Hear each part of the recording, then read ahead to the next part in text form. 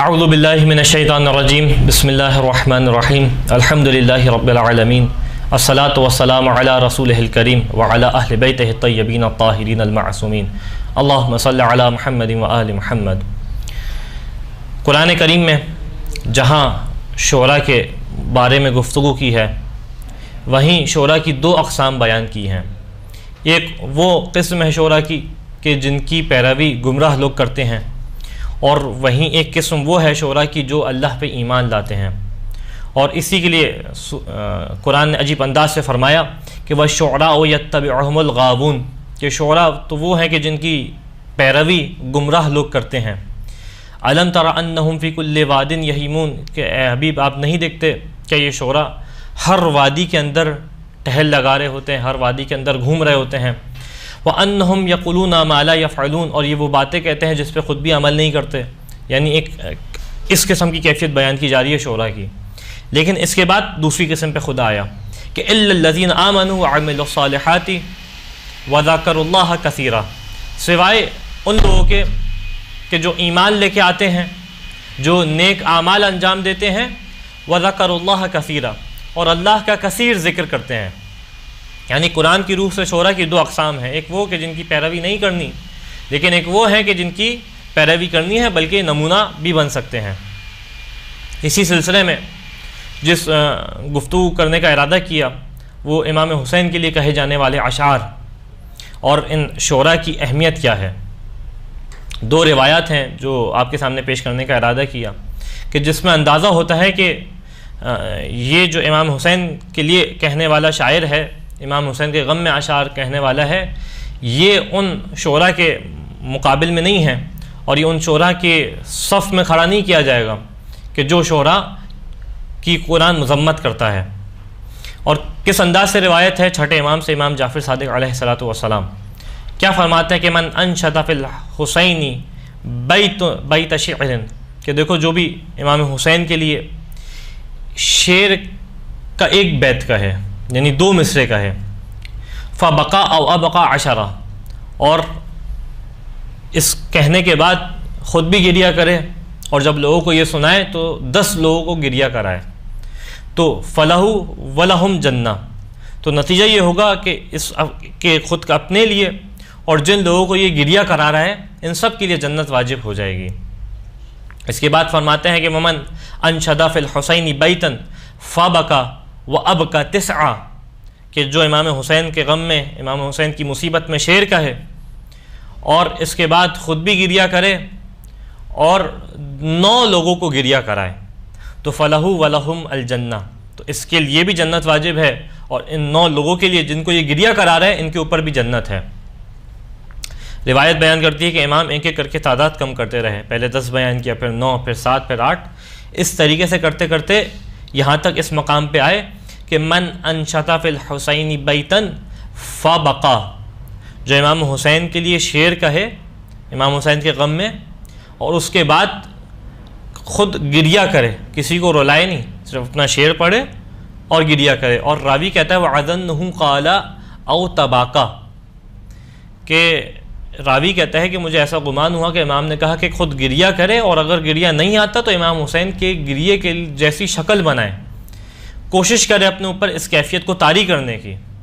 تو نتیجہ کیا ہوگا؟ فلاح الجنہ، اس شخص کے لیے جنت واجب ہو جائے گی۔ یعنی اگر دنیا کی باتوں کے لیے اشعار کہے جائیں اور گمراہ کن اشعار کہے جائیں تو قرآن کہتا ہے کہ یہ ان کی پیروی گمراہ لوگ کرتے ہیں، لیکن اگر امام حسین کے غم میں اشعار کہے جائیں تو اس کو روایات اس کی بھی فضیلت بیان کرتی ہیں کہ انسان شعر کہے، اور اس بات کی بھی فضیلت بیان کرتی ہیں کہ لوگ آ کے ان اشعار کو سنیں اور اس کے اوپر گریہ کریں۔ اسی طریقے سے روایت ہے ابو ہارون مکفوف سے، یہ ابو ہارون مکفوف چھٹے امام کے صحابی کہ جو نابینا تھے، اور نابینا تھے اسی وجہ سے ان کو مکفوف کہا جاتا تھا۔ بیان کرتے ہیں کہ چھٹے امام کی خدمت میں موجود تھے، امام نے کہا کہ یا ابا ہارون انشدنی فی الحسین، اے ابو ہارون امام حسین کی لیے اشعار کہو، تو ابو ہارون بیان کرتے ہیں فانشدتہ، میں نے امام حسین کے لیے اشعار کہے، فبقا، امام نے گریہ کیا۔ لیکن اگلا جملہ امام نے کیا کہا؟ فقال انشدنی کما تنشدون، یعنی بالرقہ، کہ اے ابو ہارون امام حسین کے لیے اشعار کہو۔ اب روایت سے ایسا محسوس ہوتا ہے کہ کیونکہ چھٹے امام کی خدمت میں ابو ہارون موجود تھے اور امام کے جلیل القدر اصحاب میں سے ہیں، امامت کو سمجھتے ہیں، مقام امام کو سمجھتے ہیں، لہٰذا اب جو اشعار کہہ رہے تھے اور جس انداز سے اشعار پڑھ رہے تھے، احساس یہ ہوتا ہے کہ چھٹے امام کے روب میں، چھٹے امام کی بارگاہ میں ایک ہیبت تھی جس کی وجہ سے یہ اس انداز سے اشعار نہیں کہہ پا رہے تھے، اور جس طریقے سے ایک لے میں اور رکت کے انداز میں ایک شاعر ایک مرثیہ خواں اپنے اشعار پڑھتا ہے، اس طریقے سے نہیں کہہ پا رہے تھے۔ تو امام نے کہا کہ ابو ہارون اس انداز سے نہ کہو، انشدنی کما تنشدون، جس طریقے سے تم رقت کے ساتھ، جس طریقے سے تم گریہ کرانے والے انداز کے ساتھ امام حسین کے لیے اشعار کہتے ہو، اس انداز سے مجھے اشعار سناؤ امام حسین کے لیے۔ تو یہ بیان کرتے ہیں کہ فانشدتہ، میں نے امام حسین کے لیے اشعار کہے۔ پھر امام نے روکا کہ لا کما تنشدون وکما ترثیہ عند قبرہ، ابو ہارون جب تم قبر امام حسین پہ جاتے ہو علیہ الصلوۃ والسلام اور وہاں پہ امام حسین کے لیے اس رقت کے ساتھ، اس دل کی کیفیت کے ساتھ امام حسین کے لیے اشعار کہتے ہو، ابو ہارون اس انداز سے مجھے اشعار سناؤ۔ تو ابو ہارون بیان کرتے ہیں کہ ابو ہارون نے ایک قصیدہ پڑھا امام کے سامنے، قصیدہ پڑھ کے سنایا، امام نے گریہ کیا، فبقا۔ اس کے بعد کتنا امام کا دل رجحان رکھتا ہے کہ امام حسین کے لیے اشعار کہے جائیں، فوراً کہا کہ زدنی، ابو ہارون اس پہ اکتفا نہیں کرو، ایک اور مرثیہ سناؤ، مجھے ایک اور قصیدہ سناؤ۔ ابو ہارون کہتے ہیں کہ فانشدتہ القصیدۃ الاخری، میں نے ایک اور قصیدہ سنایا، فبقا، پھر امام نے گریہ کیا۔ یہاں تک بیان کرتے ہیں ابو ہارون کہ وَسَمِعْتُ الْبُكَاءَ مِنْ خَلْفِ السَّتْرِ، کہ گھر میں ایک پردہ لگایا ہوا تھا، اس پردے کے پیچھے گھر کی خواتین تھیں، ایسا روایت سے محسوس ہوتا ہے۔ کہتے ہیں کہ میں نے گریے کی آواز سنی پردے کے پیچھے سے، یعنی امام بھی گریہ کر رہے تھے، گھر میں افراد سن رہے تھے، وہ بھی گریہ کر رہی تھیں۔ اس طریقے سے امام اس اشعار کو اور امام حسین کے غم میں کہے جانے والے اشعار کو اہمیت دیتے ہیں۔ اس کے بعد بیان کرتے ہیں کہ فلما فرقت، جب میں نے قصیدہ سنا دیا امام کو، تو امام نے کہا کہ یا ابا ہارون من انشد فی الحسین شعرا فبکا او ابکا عشرا، کہ اے ابو ہارون جو امام حسین کے لیے اشعار کہے، یہاں تک کہ خود گریہ کرے یا 10 لوگوں کو گریہ کرائے، کتبت لہ الجنہ، خدا اس کے اوپر جنت کو واجب کر دے گا۔ جو امام حسین کے غم میں اشعار کہے، جو امام حسین کے لیے مرثیہ کہے، امام حسین کے لیے نوحہ کہے۔ اس کے بعد ومن انشد فی الحسین شعرا فبکا او ابقى 5 کتبت لہ الجنہ، ابو ہارون جو امام حسین کے لیے اشعار کہے، خود گریہ کرے یا 5 لوگوں کو گریہ کرائے، پہلے کہا 10 لوگوں کو گریہ کرائے، اب کہا کہ 5 لوگوں کو گریہ کرائے، تو کتبت لہ الجنہ، اس کے لیے بھی خدا جنت کو واجب قرار کر دے گا۔ یعنی اس طریقے سے امامت جو ہے وہ رجحان رکھتی ہے کہ امام حسین کے غم میں اشعار کہے جائیں، امام حسین کے لیے مرثیہ کہا جائے، امام حسین کے لیے نوحہ کہا جائے، ایسا نوحہ کہ جو انسان کے دل کو رلائے، وہ انسان اس کے اوپر آنسو بہائے۔ اس کے بعد امام فرماتے ہیں کہ من انشد فی الحسین شعرا فبکا وابکا واحدا، ابو ہارون پہلے کہا 10 لوگوں کو رلائے، پھر کہا 5 لوگوں کو رلائے، پھر کہا کہ جو حسین علیہ السلام کے لیے شعر کہے